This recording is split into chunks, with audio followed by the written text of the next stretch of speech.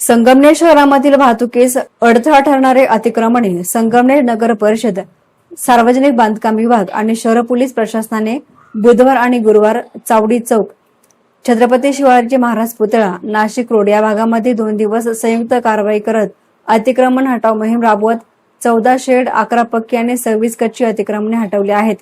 त्यामुळे दोन्ही भागातील रस्त्यांनी मोकळा श्वास घेतला. संगमनेर शहरामधील चावडीपासून अतिक्रमण हटाव मोहिमेला सुरुवात झाली.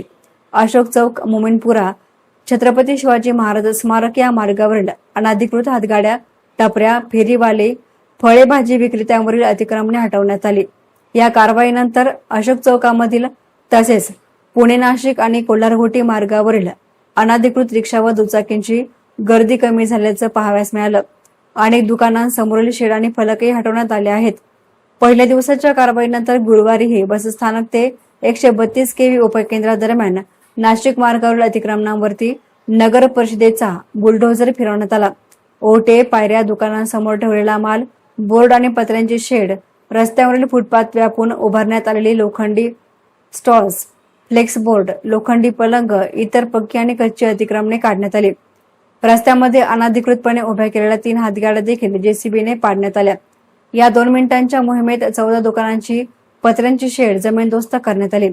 ओटे, पायऱ्या, भिंतींसह 11 ठिकाणी पक्की अतिक्रमणे या प्रसंगी हटवण्यात आली.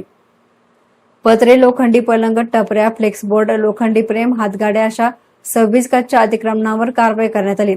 या प्रसंगी नगर परिषदेचे 3 ट्रॅक्टर आणि 1 जेसीबी मोहिमेत सहभागी झाला होता. कारवाईनंतर नगर परिषद हद्दीमधील प्रमुख रस्ते आणि फुटपाथ मोकळे करण्यात आले.